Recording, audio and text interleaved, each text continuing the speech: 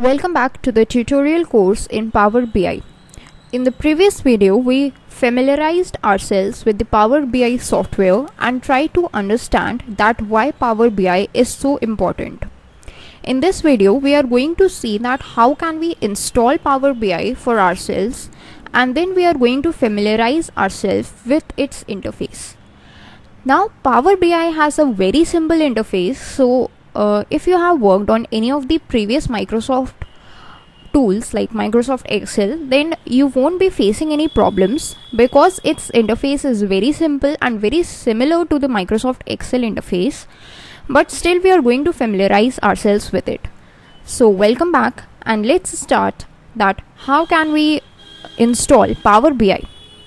So this is the URL that you need to follow to make sure that you need to install Power BI correctly on your desktop. The software that we are going to install is actually Power BI Desktop. The reason why we are installing Power BI Desktop is because Power BI Desktop enables us to actually perform all the operations on the data like cleaning, visualizing, and then generating reports based upon that data. So once you are on this URL, you will find that this is the download free option. If you just click on it, then you can download it, or this is the second option, this also you can choose. But if you click on download free option, then it would open Microsoft Store. So I have already opened Microsoft Store over here, and Power BI is actually a Microsoft application. That is why it is available in Microsoft Store itself. And here you can see that where launch is written in my PC, you will see install option. So you need to click on that install option, and it would take some time to install depending upon your internet speed, and then it will actually configure itself according to your system specifications, and then you would be able to launch Power BI. So since in my computer Power BI is already installed, that is why I am getting this launch option.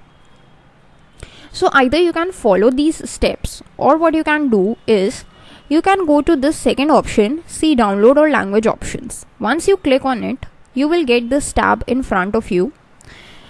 So here what you have an option is you can select different languages and you want to change the contents of Power BI. So these are all these languages that are supported by Power BI, which is an added advantage. That is, you can use it in your own native language instead of English. But whichever language you want, you can just select that language from here, and then you can just click on download, and Power BI will be downloaded in that particular language. One added advantage of using a Power BI software is that it updates itself every month. So every month there are some new updates that are available to you with the Power BI, and with those updates you can easily just make yourself up to date with whatever is going on in the industry. Now since Power BI is already installed on my PC, so I'm going to just launch it. So when you just open Power BI, you are going to see this kind of a screen. If you want to sign up, you can just simply sign up over here. I'm going to skip the sign up process right now, and I'm going to come back directly to my Power BI software. This is actually the very simple interface of Power BI. So we need to first familiarize ourselves with this interface. If you see that this interface is having these different kinds of tabs and these ribbons, which is similar to the Microsoft Excel or any of the Microsoft tools that we have seen coming with the Microsoft Office package. Then there is this file option, which is also very similar to all the Microsoft Office tools. So this is similar. Now the new things that we have over here is actually this filters pane, visualizations pane, and the fields pane. If we talk about these panes, then right now visualizations pane is something that is to be addressed primarily, and this visualization pane has these different types of charts. So this is actually a small sample of the charts that are available for use in Power BI, and if you just click on these three dots, you will get more visuals option, so which means you can obviously get more and more visuals in Power BI, but for that you need to sign in. So I'm just going to skip. For the beginners course that we are going to discuss, These types of visuals are going to be sufficient, but if you want to add more visuals, I will tell you later on that how can you add these more visuals. Then after the visuals have been added, you can obviously apply some filters, you can search for fields. Apart from that, if you go to the home tab in Power BI, you have this data group. In this data group, the first option is get data option. So here you will get these common data sources. So these are actually the data sources from where you can import your data in Power BI. So actually there are 100 of data sources. So if you just click on more, then you will get a dialog box in which all the data sources are listed. So these data sources would help you to get the data. Suppose you want to get data from Microsoft Excel, which is actually a version or a product of Microsoft itself. You can get data from Excel.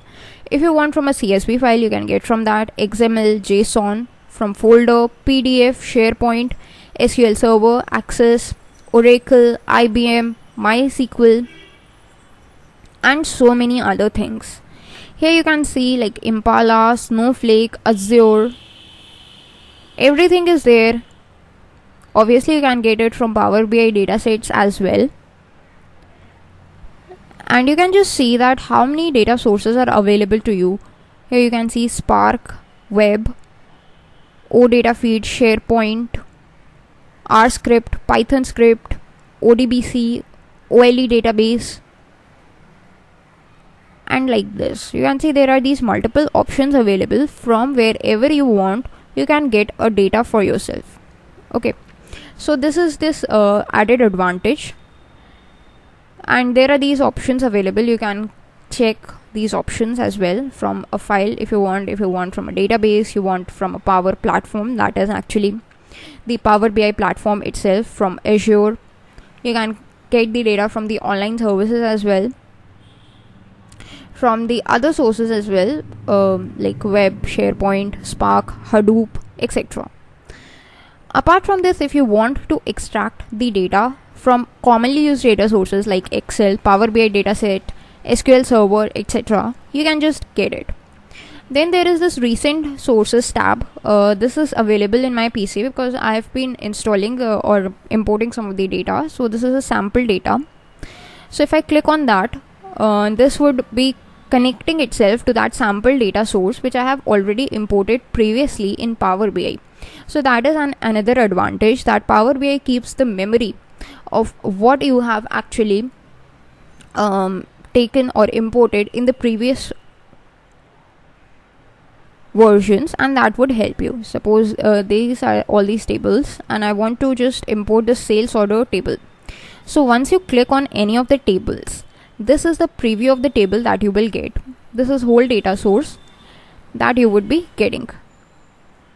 So if you want some other table, like say instructions table, so instructions table is there, then there is this table 1, you can get that as well. So whichever table you want, its preview would be available. I want sample sales orders table to be imported. Then what you can do is, first of all, you need to know one thing, that whether your data is clean or not. Right now my data is clean, so this table is completely clean. It is not containing any of the null records, any of the blank values or duplicate values. I have purposely imported this clean data. So because in the upcoming lessons we are going to work with the clean data, and later on we are going to see that how can we actually clean the data if it is an unclean data. So since your data is clean, you can just directly click on this load option. Otherwise, if you want to clean your data first, then there is this transform data option which you can use. So I'm going to click on this load option because my data is already clean and I know that. So what would it do once you click on load is it would take some time to load that data into your Power BI. So you can see that some of the changes, I'm going to just stop right there because I don't want the changes to be applied. I don't want any changes in my database. So it may take some time. Like here you can see it is importing the data. Okay, so now our data is imported, and once your data is imported, you can see all of these fields are available, which were the fields of the sales order table. So let's just create a very simple chart to say that how it works. So suppose I want to create a stacked column chart. Let's just bring it here. You need to drag that particular visual that you want to use, or you can just double click on it and that visual would be available for you. Okay. Now the thing is, you want to add some fields. So here, as soon as you add a visual, this thing changes. You have an axis, your legend, values and tooltips. So in the axis, I want to drag this items field. So from the fields, you can simply drag the items into the axis fields.